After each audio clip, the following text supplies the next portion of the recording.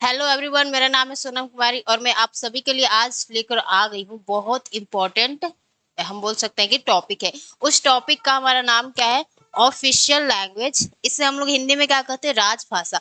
जो कि हमें किस आर्टिकल में किस भाग में पढ़ना है उसे सबसे पहले जान लेते हैं। तो इसको हम लोग किस भाग में पढ़ेंगे? तो अपने संविधान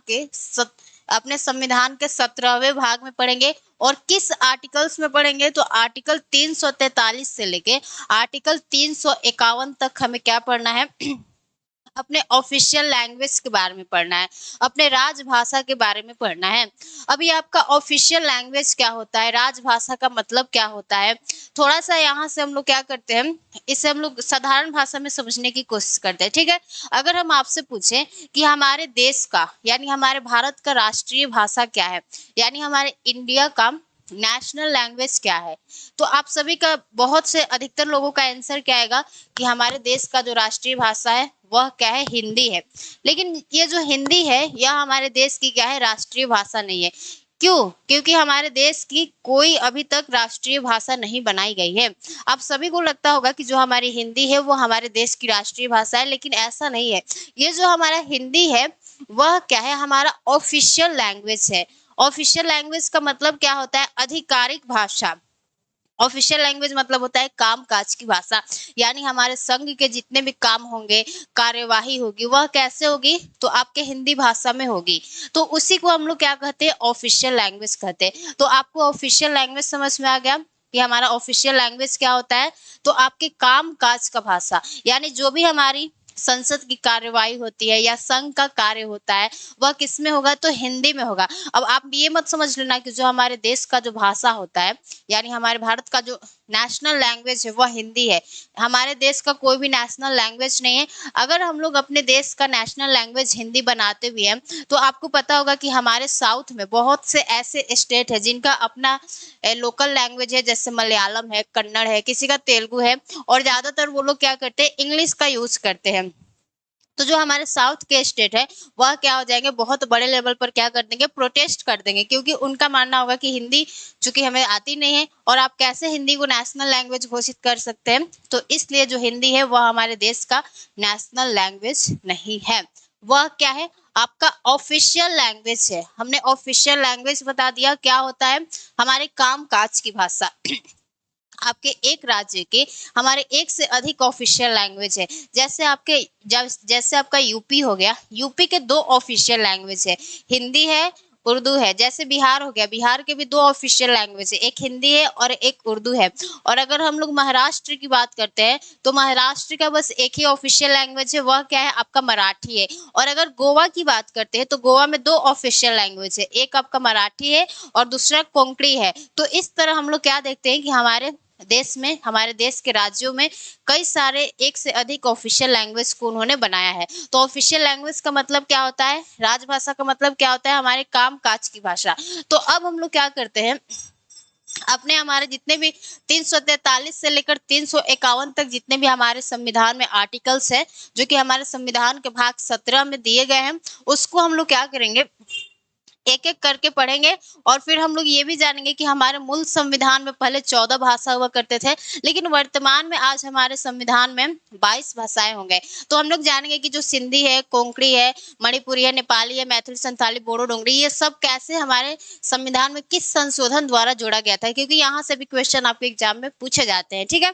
तो अब हम लोग स्टार्ट करते हैं अपने आर्टिकल 343 से स्टार्ट करेंगे और 351 तक हम लोग क्या करेंगे? जाएंगे। तो आपको पता होगा कि हमारे पढ़ाने का तरीका कैसे है। हम लोग क्लास में नोट्स बनाते हैं और आपको भी यहीं पर नोट्स बनाना है। आपका एक शॉर्ट नोट्स प्रिपेयर हो जाएगा और आपको एग्जाम देने जाने से पहले सारे रिवीजन करके जाना है। तो आइए हम लोग लिखते हैं आर्टिकल 343। अब आपके आर्टिकल 343 में क्या बात कही गई है उससे हम लोग क्या करेंगे? समझेंगे। आर्टिकल 343 यानी 343 में क्या कहा गया है? तो आपके आर्टिकल 343 में बताया गया है संघ की भाषा, यानी हमारे केंद्र की भाषा क्या होगी, वह कहाँ बताया गया? तो हमारे आर्टिकल 343 में बताया गया है। तो यहाँ पे आपको क्या लिखना है? संघ की भाषा। संघ की संघ की भाषा। तो अब हम लोग देखते हैं कि हमारे संघ की भाषा क्या है, यानी संघ की हमारी भाषा क्या है, यानी केंद्र का जो राजभाषा है वह कौन सा है। वही बात हमें क्या करना है, आपके आर्टिकल 343 में पढ़ना है संघ की भाषा। तो यहाँ पे अब आपको लिखते चलना है कि जो हमारी संघ की भाषा है वह क्या है, आपकी हिंदी है। यानी आपसे अगर कोई पूछेगा कि हमारे संघ की भाषा क्या है, तो आपको क्या बताना है, हिंदी है। 14 सितंबर 1949 को हमारे संविधान ने क्या किया था, आपके हिंदी को आधिकारिक भाषा यानी ऑफिशियल लैंग्वेज के रूप में माना था। ठीक है, इसलिए हम लोग हर एक साल पे क्या करते हैं 14 सितंबर को क्या करते हैं, आपका हिंदी दिवस मनाते हैं। तो ये बात आपको क्लियर हो गया कि हमारे 14 सितंबर को हिंदी दिवस क्यों मनाया जाता है, क्योंकि हमारे संविधान ने 14 सितंबर 1949 को ही क्या किया था, हिंदी को ऑफिशियल लैंग्वेज के रूप में स्वीकार किया था। तो वही है आपकी हिंदी। हिंदी क्या है, तो हमारे संघ की ऑफिशियल लैंग्वेज है। तो यहाँ पे लिखना है हमारे संघ की भाषा में आर्टिकल 343 में क्या कहा गया है कि संघ की भाषा, संघ की भाषा हिंदी होगी,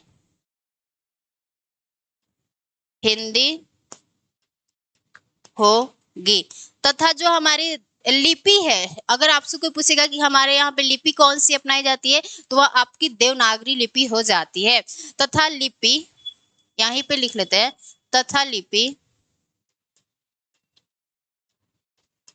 तथा लिपि देवनागरी है, देवनागरी, देवनागरी है। तो हमने क्या कहा कि हमारे जो संघ की भाषा है वह क्या है, आपकी हिंदी है। और अगर आपसे कोई पूछेगा कि हमारी लिपि क्या है, लिपि है हमारी देवनागरी। लेकिन यहाँ पर एक सवाल आता है कि हम लोग अगर देवनागरी लिपि की बात करते हैं, तो अगर हम लोग संख्याओं को क्या करते हैं, देवनागरी लिपि में लिखते हैं, तो वो बहुत कुछ टेढ़ा मेढ़ा सा लगता है। ठीक है, कुछ ऐसे करके, कुछ ऐसे करके, ये हमारी संख्याएं होती है। संख्याओं को लिखने का तरीका है देवनागरी लिपि में। तो इसलिए हमारे यहाँ पे कहा गया है, परंतु जो संख्याओं का प्रयोग होगा वह क्या होगा, आपके देवनागरी लिपि में नहीं होगा। कैसा होगा, अंतरराष्ट्रीय स्तर का होगा। अंतरराष्ट्रीय स्तर पर 1 ऐसे लिखेंगे, 2 ऐसे लिखेंगे, 3 ऐसे लिखेंगे। तो ये बात आपके संविधान में बताया गया है। तो यहाँ पे आपको क्या लिखना है कि परंतु हमारे संख्याओं का प्रयोग देवनागरी में ना होकर किसमें होगा, अंतरराष्ट्रीय स्तर पर होगा। तो यहाँ पे लिखिए, परंतु संख्याओं का प्रयोग, परंतु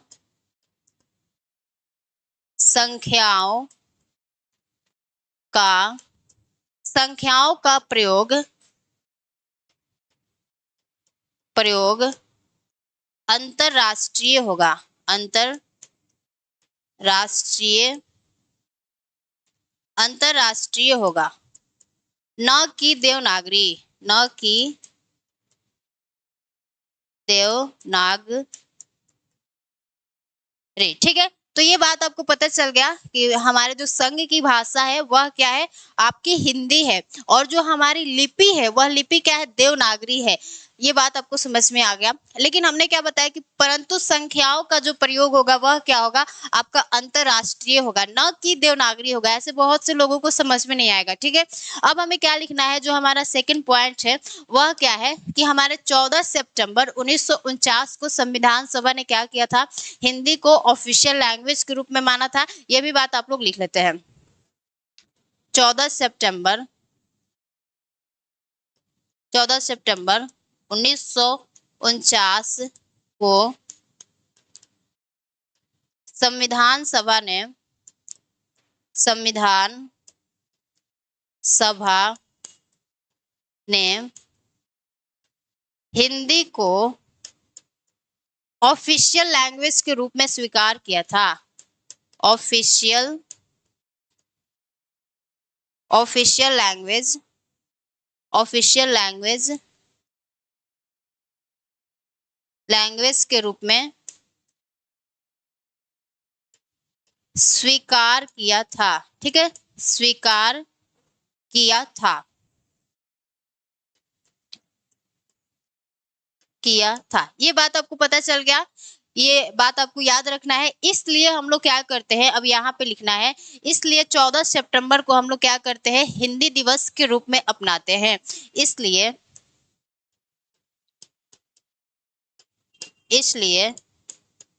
14 सितंबर को हम हिंदी दिवस अपनाते हैं। हम हिंदी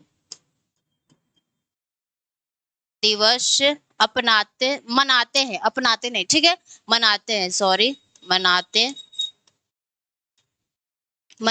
हैं। ये बात आपको पता चल गया। हमारे संघ की भाषा में कुछ हमने आपको बातें बता दिया। अब आपको एक महत्वपूर्ण बात ये समझना है कि जब हमारा संविधान लागू हुआ था, यानी संविधान हमारा कब लागू हुआ था, तो 1950 में लागू हुआ था। तो जब 1950 में हमारा संविधान लागू होता है, तो हमारे संविधान के लागू होने से 15 वर्ष तक, यानी 1950 से, यहाँ पर अगर मैं बात करूं, 1950 से 1965 तक, ये क्या हो जाता है, आपका 15 वर्ष हो जाता है।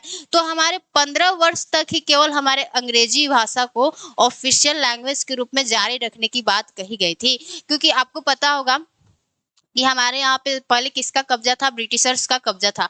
तो ब्रिटिशर्स ने यहाँ पे इंग्लिश को इतने बड़े लेवल पर फैला दिया था कि बहुत से ऐसे लोग हैं जिन्होंने पूरा अपना हिंदी में ही हिंदी को त्याग दिया था और इंग्लिश में वो अपने आप को पूरा ढाल लिए थे। तो वहाँ पे हमारे भारत में बहुत से ऐसे लोग थे जिनका कहना था कि नहीं, हिंदी जो है वह तो ऑफिशियल लैंग्वेज होनी चाहिए, लेकिन जो हमारी इंग्लिश है, इंग्लिश को भी अभी 15 वर्षों तक के लिए क्या किया जाए, इसे ऑफिशियल लैंग्वेज के रूप में जारी रखना चाहिए। तो शुरुआत में, अब आगे क्या होगा अभी हम इसके अगले आर्टिकल में बताएंगे, ठीक है।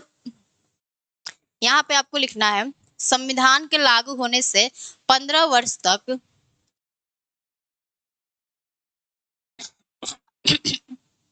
संविधान के लागू होने से, संविधान के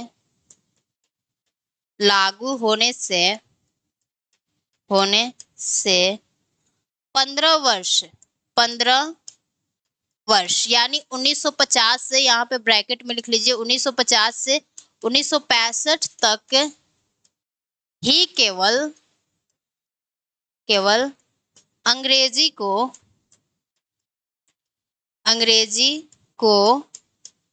ऑफिशियल लैंग्वेज के रूप में, ऑफिशियल, अब जब भी मैं ऑफिशियल लैंग्वेज बोल रही हूँ यानी आधिकारिक भाषा बोल रही हूँ, तो आपको समझ में आना चाहिए हमारे कामकाज की भाषा, नो नेशनल लैंग्वेज, ठीक है। तो यहाँ पे हमने क्या कहा, संविधान के लागू होने से 15 वर्ष तक ही केवल अंग्रेजी को ऑफिशियल लैंग्वेज के रूप में जारी रखने की बात कही गई थी, जारी रखने की बात कही गई थी, बात कही गई थी, ठीक है। ये बात आपको, अब हमारा आर्टिकल 343 यानी 343 क्या होता है, पूरी तरह अच्छे से कंप्लीट होता है। अब हम लोग आएंगे आर्टिकल 344 पे, लेकिन पहले, उससे पहले एक बार उससे हम लोग समझ लेते हैं, ठीक है। तो हमने क्या कहा कि हमारे आर्टिकल 343 में क्या कहा गया है, आपके संघ की भाषा के बारे में कहा गया है। तो हमने कहा कि जो हमारी संघ की भाषा होगी वह क्या होगी, हिंदी होगी। हिंदी मतलब क्या, कि हमारी जो ऑफिशियल लैंग्वेज है वह हिंदी है, ना कि नेशनल लैंग्वेज है, ठीक है। फिर हमने क्या कहा कि जो लिपि होगी, लिपि कैसा होगा, हमारा देवनागरी लिपि होगा।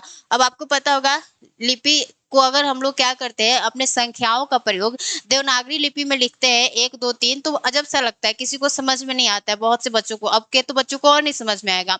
तो इसलिए क्या किया गया है कि परंतु संख्याओं का प्रयोग कैसा होगा, अंतरराष्ट्रीय होगा, न कि देवनागरी लिपि में होगा। ये बात हमने आपको समझा दिया।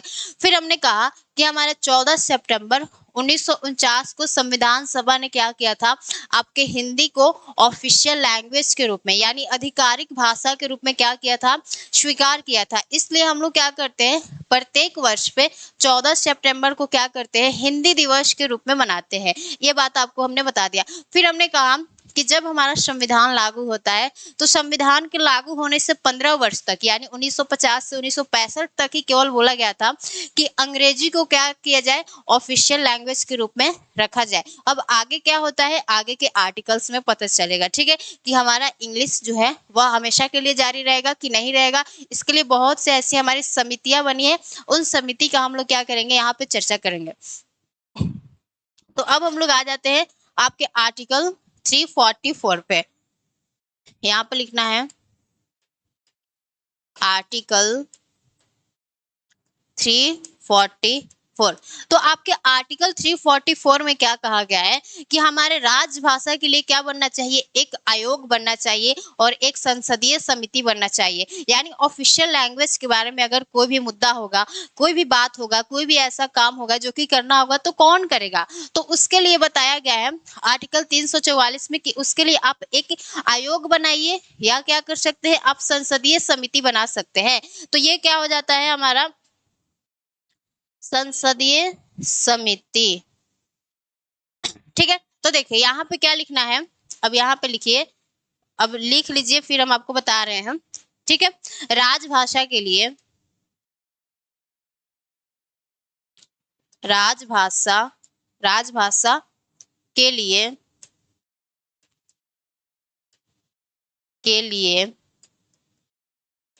लिए आयोग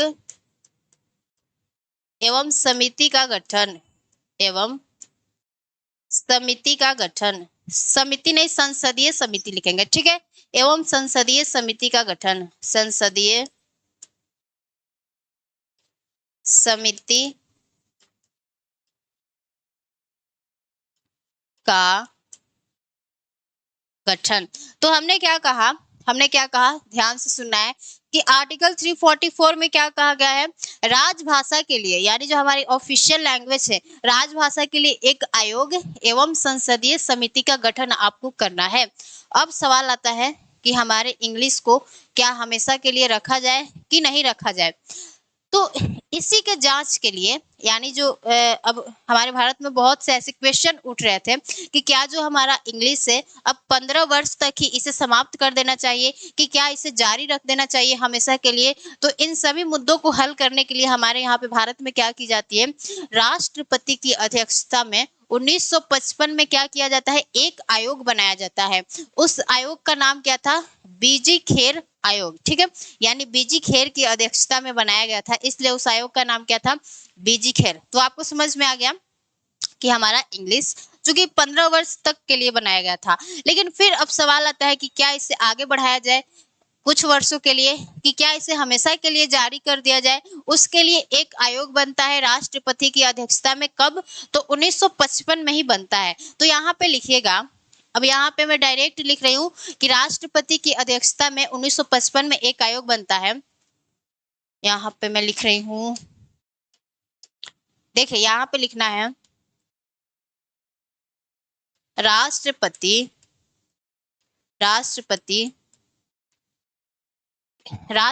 ने, ऐसे लिखिए, राष्ट्रपति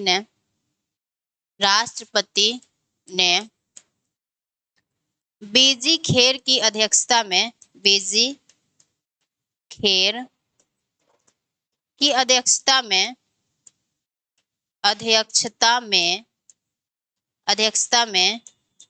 एक आयोग का गठन किया, कब, 1955 में। एक आयोग का गठन किए 1955 में, वर्ष कब, तो 1955 में। अब आयोग क्या करेगी, अपना जो भी कार्य है वह देखेगी कि क्या इंग्लिश को क्या किया जाए भाई, कुछ समय के लिए बढ़ाया जाए कि हमेशा के लिए जारी रख दिया जाए। तो आयोग ने अपना रिपोर्ट कब दिया, आयोग ने अपना रिपोर्ट दिया 1956 में। यहाँ पे क्या लिखना है, आयोग ने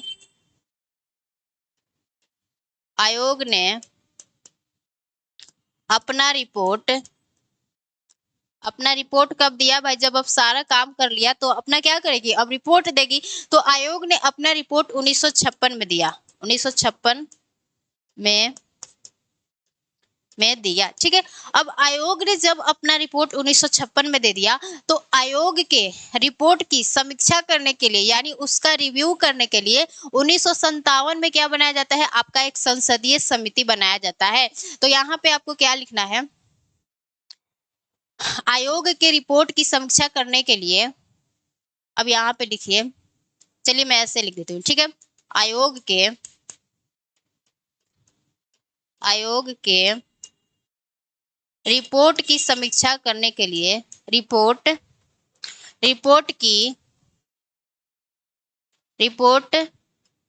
की समीक्षा करने के लिए, समीक्षा को इंग्लिश में क्या बोलते हैं, रिव्यू। ठीक है, समीक्षा करने के लिए, आयोग के रिपोर्ट की समीक्षा करने के लिए 1957 में क्या बनता है, आपका एक संसदीय समिति बनता है। 1957 में 1957 में एक पार्लियामेंट्री कमेटी बनता है, यानी संसदीय समिति बनता है। संसदीय समिति बनता है। अब जब भी आपके ऐसे मतलब भाषा के यानी राजभाषा के लिए क्या बनता है, हमारा संसदीय समिति बनता है, तो उस हमारे संसदीय समिति में मेंबर कितने होते हैं, तो उस आपके संसदीय समिति में जो मेंबर की संख्या होती है वह कितनी होती है, 30 होती है, यानी 30 होती है। मेंबर कितने होंगे, तो आपके 30 होंगे, यानी 30। अब आपको पता होगा कि हमारे 20 कहाँ से आएंगे, आपके लोकसभा से आएंगे, और 10 कहाँ से आएंगे, राज्यसभा से आएंगे। तो यहाँ पे लिख लीजिए 20 लोकसभा प्लस 10 कहाँ से आएंगे, आपके राज्यसभा से आएंगे। तो हमने क्या कहा, अब उसको फिर से मैं समझा देती हूँ, फिर हम आगे की कहानी को लेकर चलेंगे ताकि आपको डाउट न रहे। ठीक है, तो हमने क्या कहा कि आपके आर्टिकल 344 यानी 344 में क्या कहा गया है, राजभाषा के लिए आयोग एवं संसदीय समिति का गठन। तो जब हमारे देश में हमने क्या कहा, अंग्रेजी भाषा को 15 वर्षों के लिए रखा गया था, तो फिर अब हमारे मन में एक क्वेश्चन आता है कि क्या इसे कुछ वर्षों के लिए बढ़ाया जाए कि हमेशा के लिए जारी रख दिया जाए। तो हमने क्या कहा, राष्ट्रपति ने बीजी खेर की अध्यक्षता में एक आयोग का गठन किए, मतलब एक आयोग का गठन किए 1955 में। कब आयोग का गठन होता है, 1955 में। आयोग ने अपना रिपोर्ट 1956 में दिया, ये भी बात क्लियर हो गया। अब जब आयोग ने अपना रिपोर्ट 1956 में दे दिया, तो आयोग के रिपोर्ट की समीक्षा के लिए यानी उसके रिव्यू के लिए क्या होता है, हमारे यहाँ पे 1957 में एक आपका संसदीय समिति बनता है, यानी पार्लियामेंट्री कमेटी बनता है। अब हम आपसे पूछ रहे हैं कि इस हमारे संसदीय समिति में मेंबर कितने होते हैं, तो 30 यानी 30, 20 लोकसभा से आएंगे, 10 राज्यसभा से आएंगे। ये बात आपको पता चल गया। अब हम देखते हैं कि संसदीय समिति ने अपना क्या मतलब निर्णय सुनाया, तो उसके निर्णय को हम लोग देखते हैं। तो संसदीय समिति के फलस्वरूप यहाँ पे लिखना है, यानी इसके फल स्वरूप अब क्या किया जाता है, इसने कह दिया, यानी जो हमारी पार्लियामेंट्री कमेटी बनती है वह बोल देती है कि जो हमारी इंग्लिश है वह हमेशा के लिए क्या रहेगी, जारी रहेगी। यानी हमारे संघ के जितने भी सरकारी कार्य होंगे उसमें क्या होगा, जो इंग्लिश है वह आपका हमेशा के लिए ऑफिशियल लैंग्वेज रहेगा। तो अब आपसे कोई पूछेगा, डाउट नहीं रखना है कि हमारा क्या इंग्लिश भी ऑफिशियल लैंग्वेज है, तो हाँ वो भी क्या है, हमारा ऑफिशियल लैंग्वेज है। तो यहाँ पे लिखना है, इसके परिणाम स्वरूप यहाँ पे लिखिए, इसके परिणाम स्वरूप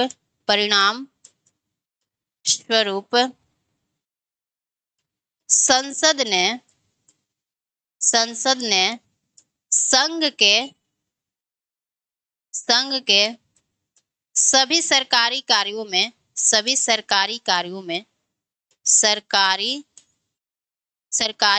में अंग्रेजी भाषा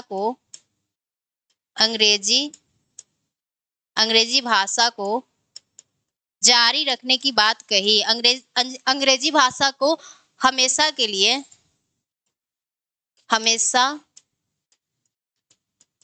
लिए जारी रखने की बात कही। जारी रखने की बात कही। ठीक है, तो ये आपका बात एक हो जाता है हमारा क्लियर। तो हमारा आर्टिकल 344 भी क्या हो जाता है आपका कंप्लीट हो जाता है। अब हम लोग कहाँ आ जाते हैं आपके आर्टिकल 345 पे कि हमारा आर्टिकल 345 क्या कहता है, यानी 345। तो आर्टिकल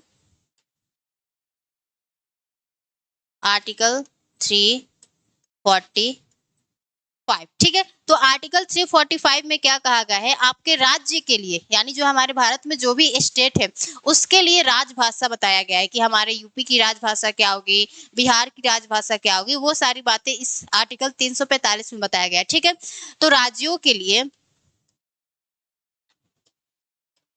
राज्यों के लिए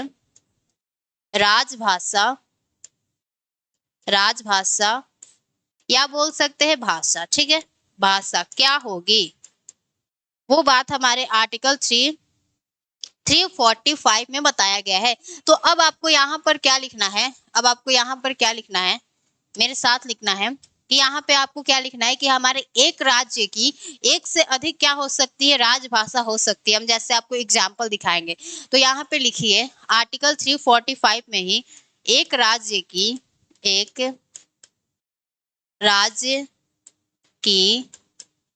से अधिक ऑफिशियल लैंग्वेज हो सकती है, अधिक ऑफिशियल लैंग्वेज हो सकती है, लैंग्वेज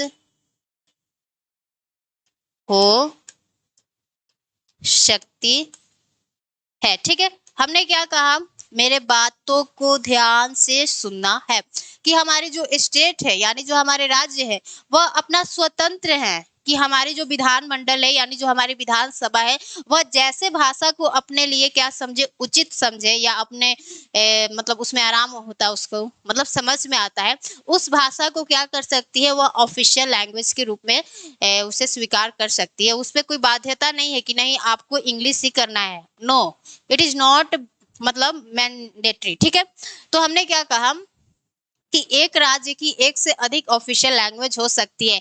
जैसे आपको एग्जाम्पल में लिखना है, एग्जाम्पल यहाँ पे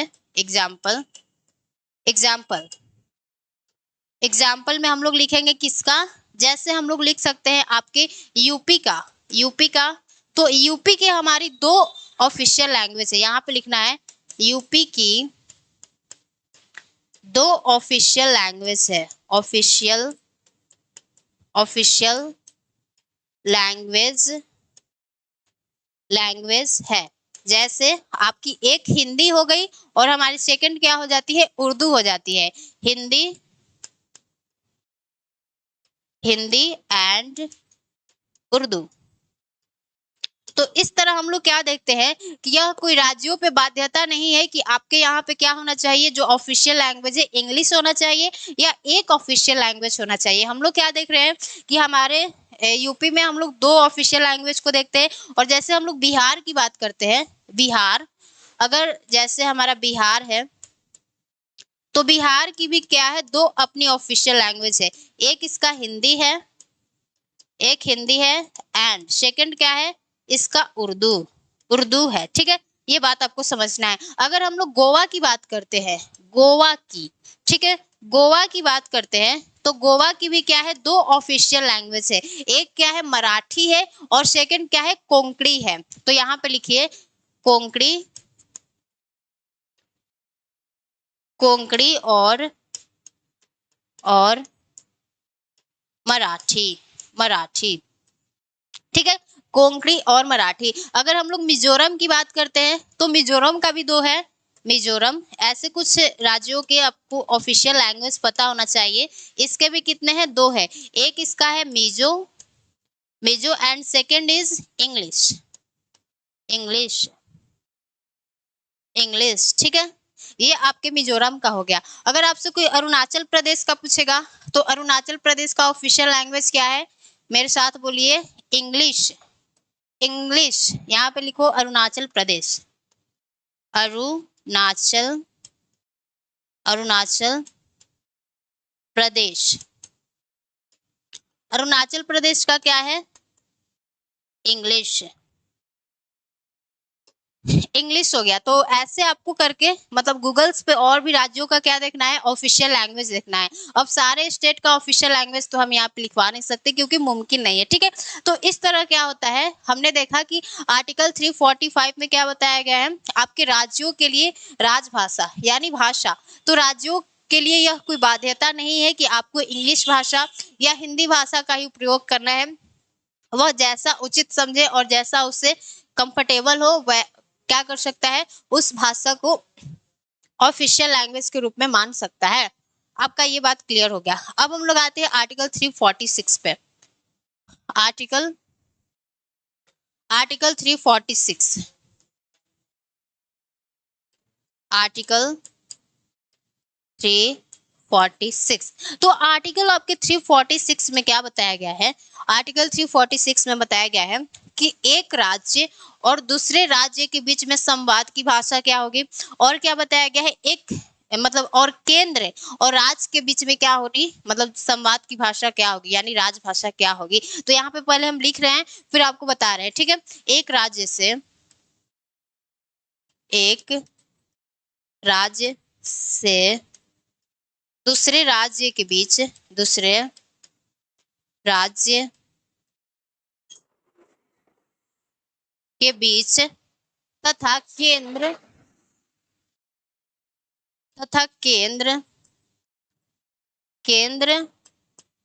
एवं राज्य के बीच संवाद की भाषा संवाद की भाषा। ये आपके आर्टिकल कहाँ बताया गया है? 346 में बताया गया है। तो हम लोग क्या देखते हैं यहाँ पे, अब हमें देखना है कि मान लीजिए यहाँ पे आपका क्या आ जाता है, यहाँ पे आ गया आपका सेंटर। जो बातें अभी मैंने लिखवाया वही मैं बता रही हूँ, ठीक है। सेंटर आ गया, फिर आपका नीचे क्या आ जाता है, स्टेट आ जाता है, फिर इसके नीचे क्या आ जाता है, हमारा एक और स्टेट आ जाता है,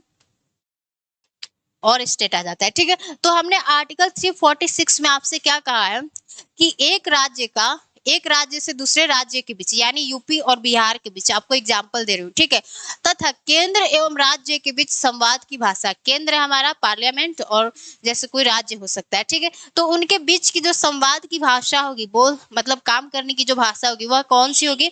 तो आपको मैं बता दूं बहुत अच्छी बात, क्या मैं बता सकती हूँ कि जो हमारा सेंटर है और जो हमारा स्टेट है, इनके बीच में जो संवाद की भाषा होगी वह क्या होगी, ओनली इंग्लिश होगी। यानी केवल आप क्या कर सकते हैं, अंग्रेजी भाषा का प्रयोग कर सकते हैं। तो ओनली इंग्लिश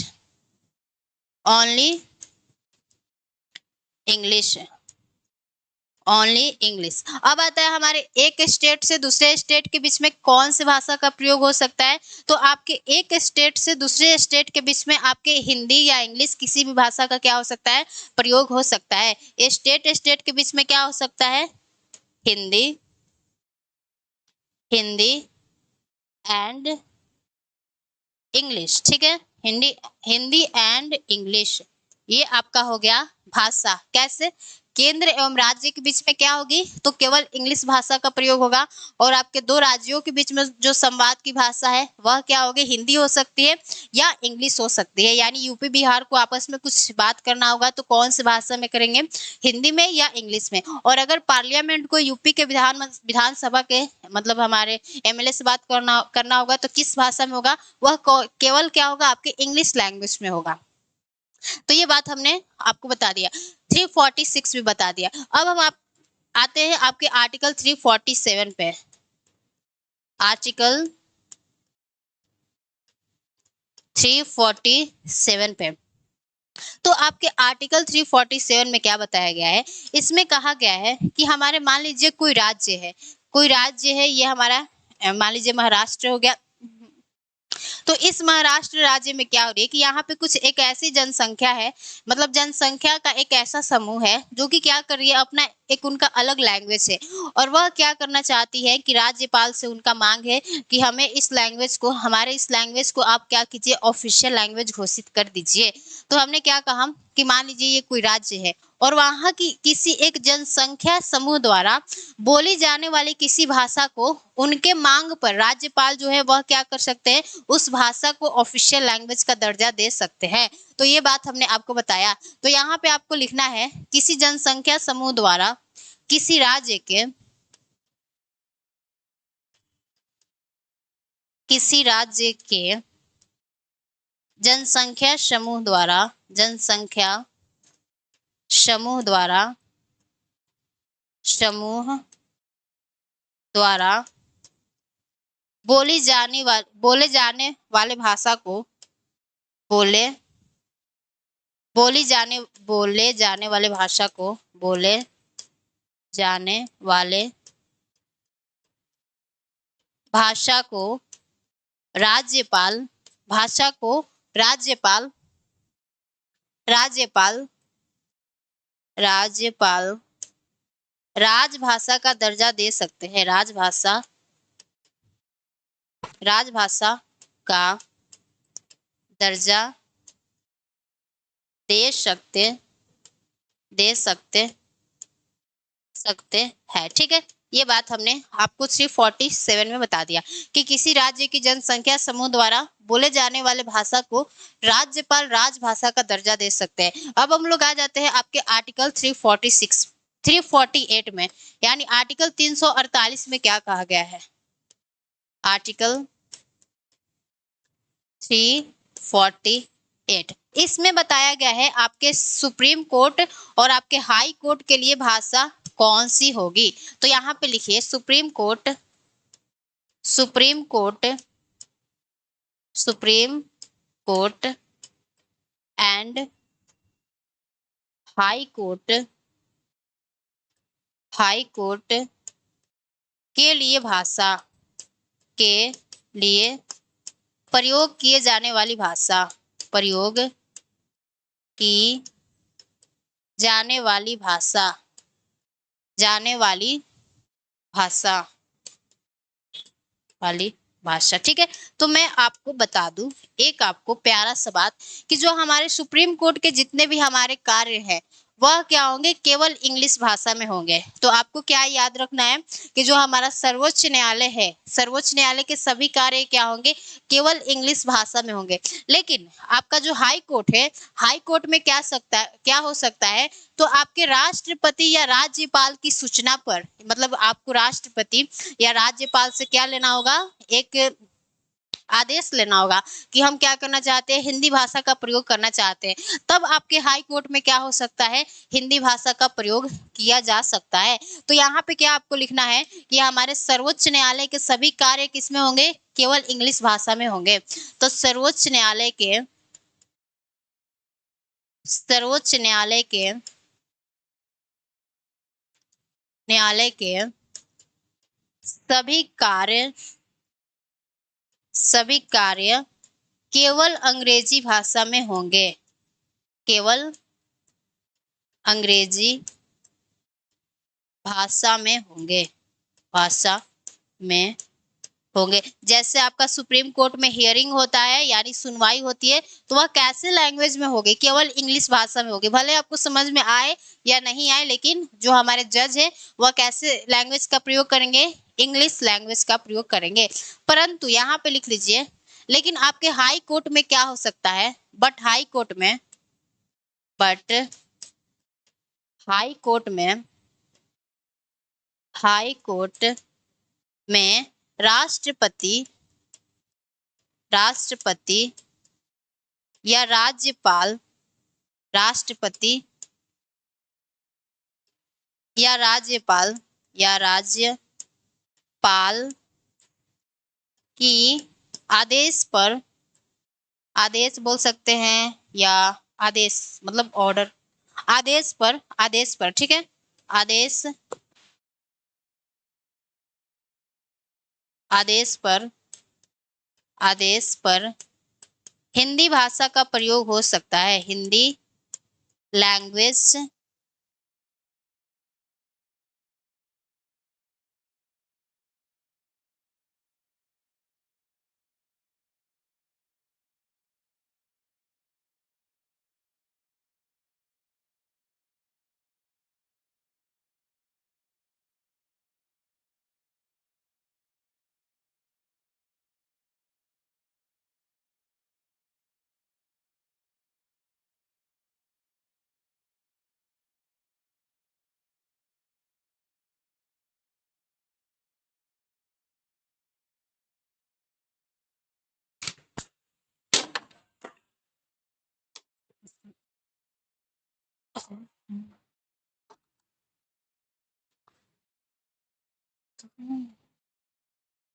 तो हमने क्या कहा, थोड़ा सा आपका आवाज कट गया होगा। हमने आपको आर्टिकल 348 में क्या बताया कि आपके supreme court and high court के लिए प्रयोग की जाने वाली भाषा क्या होगी। तो हमने कहा कि जो हमारे सर्वोच्च न्यायालय के सभी कार्य क्या होंगे, केवल अंग्रेजी भाषा में होंगे।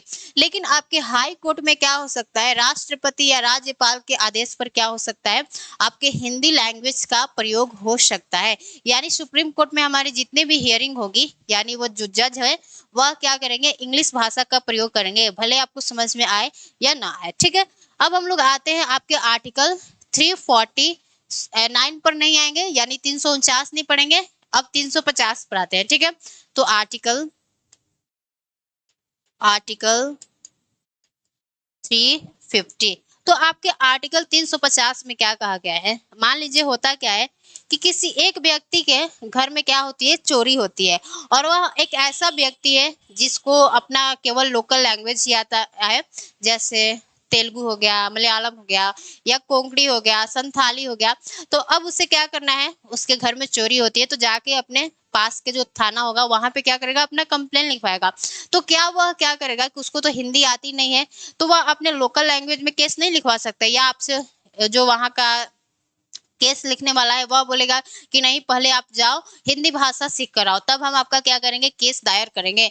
तो ऐसा नहीं है, वहां पे एक आपको मतलब व्यक्ति को बैठाना होगा जो कि क्या करे, उनके लैंग्वेज को समझ सके। तो उसी में आपके आर्टिकल 350 में क्या कहा गया है कि हमारे शिकायत निवारण के लिए, यहाँ पे लिखिए, शिकायत निवारण, शिकायत निवारण,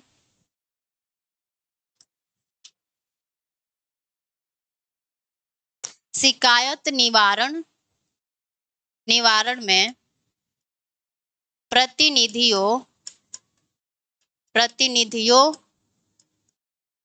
प्रतिनिधियों के लिए भाषा, प्रतिनिधियों के लिए प्रयुक्त भाषा। ठीक है, प्रतिनिधियों के लिए प्रयुक्त भाषा। यानी हमने क्या कहा कि आपका जो लोकल लैंग्वेज है, कोई जरूरी नहीं है कि आपको अगर केस लिखवाना है तो आप अपनी लोकल लैंग्वेज को छोड़ के पहले हिंदी लैंग्वेज सीखो, तब आपको आपका जो केस है वह दायर हो सकता है, नहीं। तो उसके लिए क्या बताया गया है कि शिकायत निवारण में प्रतिनिधियों के लिए प्रयुक्त भाषा, यानी वहां पे जो व्यक्ति है जो केस दायर कर रहा है, मतलब लिख रहा है, वह क्या करेगा, एक अपने व्यक्ति को ऐसा बैठाएगा जो कि उनके लैंग्वेज को समझ सके। ठीक है, तो वह आपके आर्टिकल 350 में बताया गया है। अब आपके आर्टिकल 350 ए में बताया गया है, जो कि बहुत इंपॉर्टेंट बात है, उसको आप सभी को बहुत अच्छे से याद करना है। आर्टिकल 350 ए में क्या बताया गया है कि हमारी जो मातृभाषा है, सॉरी, जो हमारी प्राथमिक शिक्षा है, यानी जो हमारा प्राइमरी एजुकेशन है, वह कैसे होगी, तो हमारे मातृभाषा में होगी, यानी मदर टंग में होगी। जैसे कोई केरला का है तो उसका जो प्राइमरी एजुकेशन होगा वह उसके मलयालम लैंग्वेज में होगा। ठीक है, यानी जो उसका मातृभाषा कुछ भी हो सकता है। तो आपके आर्टिकल 350 ए में यही बताया गया है कि प्राथमिक शिक्षा, प्राथमिक प्राथमिक शिक्षा मातृभाषा में दिया जाएगा, मातृभाषा में दिया जाएगा। ठीक है, दिया जाएगा। ये बात आपको समझ में आ गया कि जो हमारा प्राइमरी एजुकेशन है वह कैसे लैंग्वेज में होगा, तो मदर टंग में होगा। जो जहाँ का मदर टंग होगा उसी में क्या होगा, वहाँ के बच्चे को प्राइमरी एजुकेशन दी जाएगी। अब हमारा आ जाता है आर्टिकल 350B। अभी इसी में है आर्टिकल 350, आर्टिकल 350B। तो आर्टिकल 350B में क्या कहा गया है, भाषाई अल्पसंख्यकों के लिए, इसमें क्या कहा गया है आपके आर्टिकल 350B में कि ये जो हमारी भाषाई अल्पसंख्यक है उनके लिए क्या होंगे, एक विशेष अधिकारी होंगे। तो यहाँ पे लिखिए भाषाई अल्पसंख्यकों के लिए, भाषाई अल्पसंख्यकों के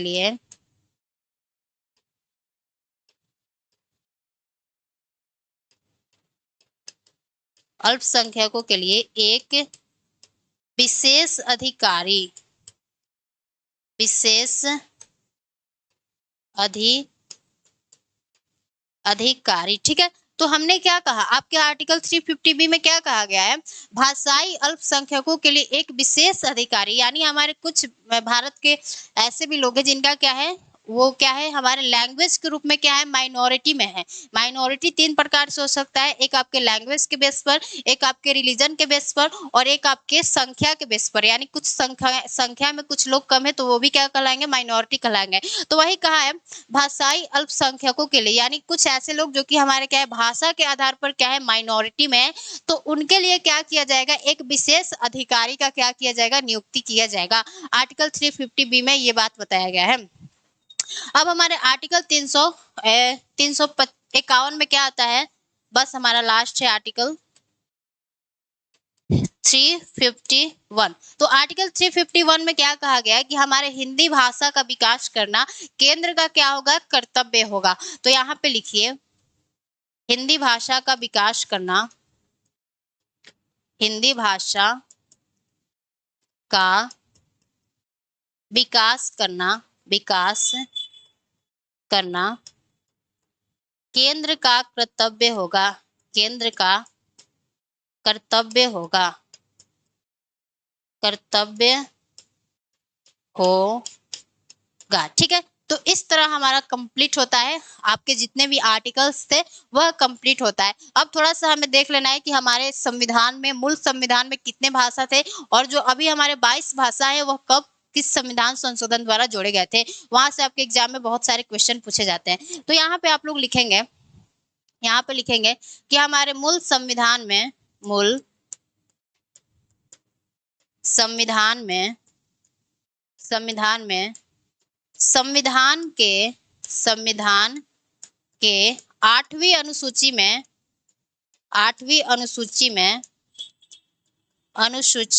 में हमारे 14 भाषाओं का ही क्या था, चर्चा था। अनुसूची में केवल 14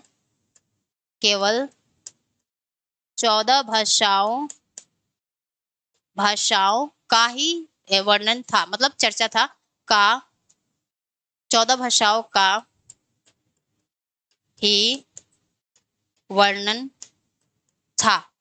परंतु वर्तमान में कितने हो गए हैं, तो आपके 22 भाषा हो गए हैं। अब वो 22 भाषा, 8 ऐसे कौन से भाषा है जब मतलब किस संशोधन द्वारा जोड़े गए थे उनको देखेंगे। परंतु वर्तमान में